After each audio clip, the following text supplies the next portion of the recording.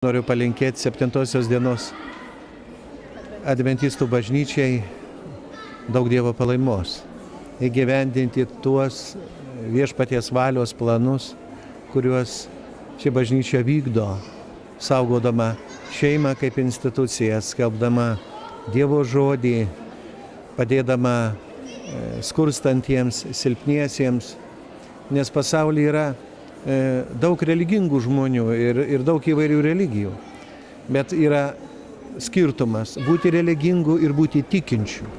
Ir tikinti žmonės visada atpažįsta kitame žmoguje jo tikėjimą Jėzumi Kristumi ir ieško sąlyčio taškų. Todėl malonu, kad mūsų Lietuva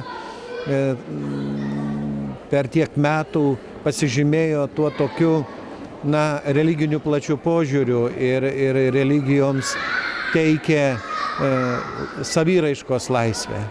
Dieve laimink jūs visus.